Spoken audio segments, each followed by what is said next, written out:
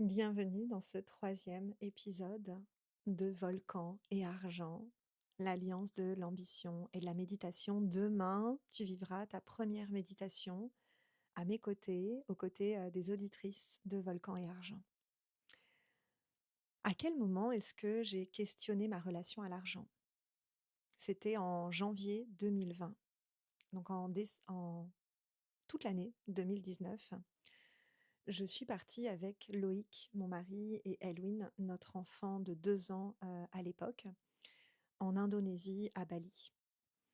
C'est une année, où j'avais 34 ans et j'ai eu envie de réouvrir tous les possibles. Tu sais, il y a des moments dans notre vie où on sent qu'on est appelé à faire quelque chose de tellement différent, plus grand, plus aligné et moi, ça a été à Bali. Alors oui, ça fait un petit peu cliché parce qu'en plus j'étais prof de yoga, donc je rentre totalement dans le cliché. Et c'est là aussi où j'ai développé, mon entreprise qui était dédiée notamment à la méditation pour les femmes et ça, j'en reparlerai dans un prochain épisode. À la suite de ce voyage, j'avais développé mon entreprise, j'avais communiqué sur les réseaux et à la fin de l'année, le bilan a été de créer 5 000 € en 1 an pour toute mon entreprise. J'avais commencé le 14 février 2019. Donc ça veut dire que j'étais quasiment à mi-temps sur ce projet-là et je sais qu'une entreprise, c'est quelque chose qu'on voit à long terme. Mais quand même, quasiment, 9 mois à mi-temps pour créer seulement 5 000 €.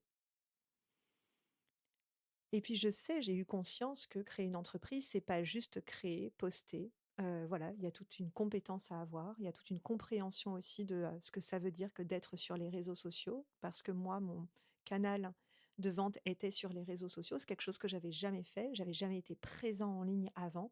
Donc tout ça, c'était nouveau.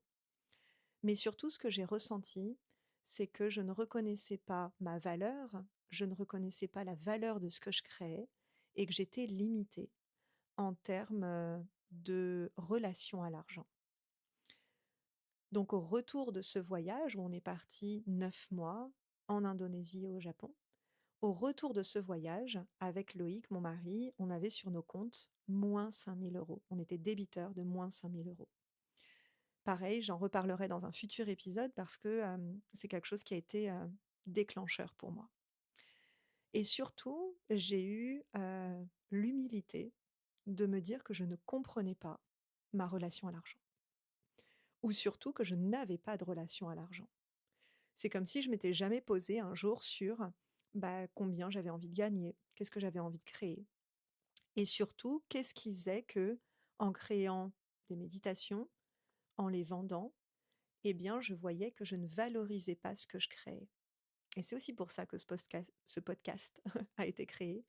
C'est justement pour apprendre aux femmes à se valoriser, à se voir, à se reconnaître, à se célébrer. Et évidemment, les hommes, vous êtes les bienvenus.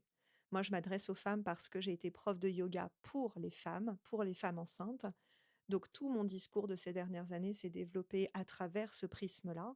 Mais évidemment, messieurs, vous êtes les bienvenus dans ce podcast.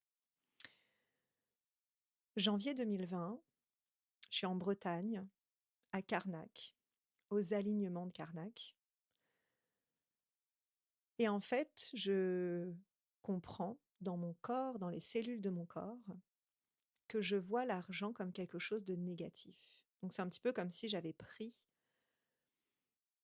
inconsciemment tout ce qu'on raconte de l'argent qui est: l'argent, c'est les riches, c'est pour les cons. Un petit peu, on va dire le discours qui peut y avoir. Alors évidemment, c'est pas le discours de tout le monde, mais moi, c'est le discours que j'avais. Et évidemment, j'ai pas envie d'être vue comme, une conne. J'ai pas envie d'être vue comme, quelqu'un de méchant à l'époque. Donc finalement, inconsciemment, je bloquais ma relation à l'argent parce que j'avais pas envie d'être vue comme ça. Et donc j'ai commencé à mener mon enquête. Et c'est ça le but de ce troisième épisode, c'est que toi tu commences ton enquête. Ton enquête sur qu'est-ce que l'argent représente pour toi? Comment j'ai commencé mon enquête? Et c'est souvent une question qu'on me demande par où commencer, bah voilà par où commencer. J'ai appelé mon père et je lui ai posé tout simplement la question: «OK, qu'est-ce que c'est pour toi l'argent? Est-ce que tu en as toujours eu? Comment tu le vois aujourd'hui? Comment tu le ressens? Comment tu le perçois?» Et mon père, c'est pas quelqu'un qui va se poser des questions de ce type-là. Donc mon but, c'était pas de juger ses réponses, mon but, c'était pas de provoquer des réponses, mon but, c'était de l'écouter. Et j'ai profondément écouté, à la fois les mots, mais aussi les non-dits. Et surtout, c'était le début d'une conversation.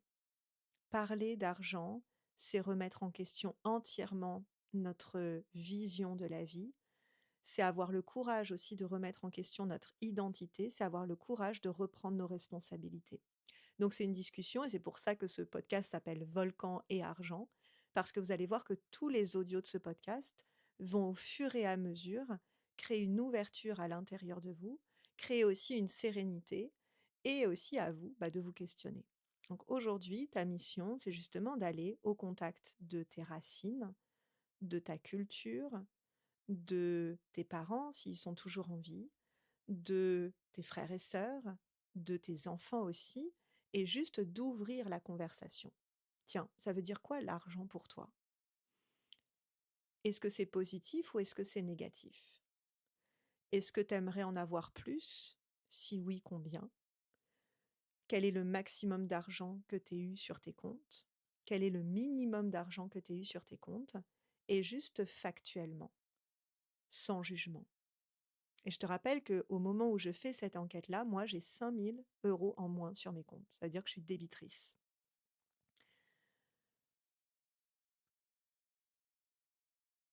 Avec cette question-là, j'ai fait le même process avec ma maman.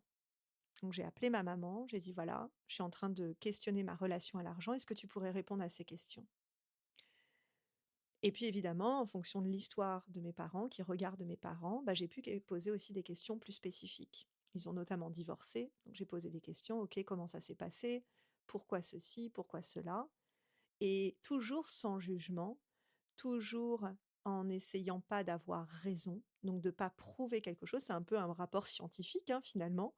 Je me rappelle de certaines, expériences qu'on faisait, au lycée ou au collège où justement il fallait pas juger, mais il fallait observer. Donc j'ai vraiment eu, on va dire un rapport d'observation. Et puis après, moi-même, je me suis posé ces questions-là. Donc ça, c'est le but de ce podcast, d'aller appeler 2 personnes et de toi te poser avec ces questions. Est-ce que l'argent est positif ou négatif? Mais vraiment. Dans ce podcast, on n'est pas là pour fantasmer ou pour ne pas dire les choses. Tu es là pour te dire: «OK, est-ce que véritablement l'argent c'est positif ou pas? Est-ce que tu as envie d'en avoir plus? C'est quoi le maximum d'argent que tu as eu? C'est quoi le minimum?» Pareil pour tes parents ou ta famille ou tes enfants ou tes collègues. Ouvre la discussion et juste écoute. Observe la société, la culture, la famille dans laquelle tu as évolué. Pas avec du jugement, mais juste observe comment la cellule familiale, sociétale, culturelle, a façonné ta manière de voir l'argent. Et si tu as des émotions, notamment de colère, va voir la tristesse qu'il y a derrière. Parce que souvent, quand on a de la colère, de la revendication, de dire c'est à cause d'eux, souvent c'est à cause du patriarcat, c'est à cause des autres, c'est à cause du gouvernement, c'est à cause de mon mari, c'est à cause de mes enfants, c'est à cause de mes parents.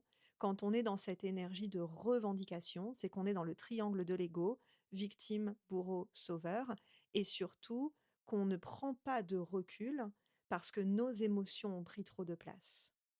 Donc va voir les émotions que ça te procure et observe quand justement tu es en capacité de ne pas répondre à ce que l'autre est en train de dire, mais juste d'accepter sa vérité. Ah OK, c'est intéressant. Ah OK, toi tu vois l'argent comme ça. OK, c'est intéressant. Ah, tu penses que ce sont les millionnaires et les milliardaires qui créent euh, les catastrophes dans le monde. Ah OK, intéressant. Le but, c'est pas d'avoir raison. Le but, dans cet épisode, c'est vraiment que tu fasses une première enquête de l'univers dans lequel tu as évolué, de comment toi tu vois l'argent et surtout comment tu vas choisir de le voir à partir d'aujourd'hui. Et ce que j'adorerais, c'est que tu me partages. en message privé sur Instagram, arrobas olivia-sautereau. Qu'est-ce que toi, tu as compris de cette enquête-là? Qu'est-ce qui t'a étonné? Qu'est-ce que tu savais, mais que tu n'avais pas profondément compris? Et évidemment, mon but, c'est que ce podcast, il permette d'ouvrir les possibles. Alors partage cet épisode à ta fille, à ta cousine, à ta sœur, à ta mère. Partage cet épisode auprès de tes collègues.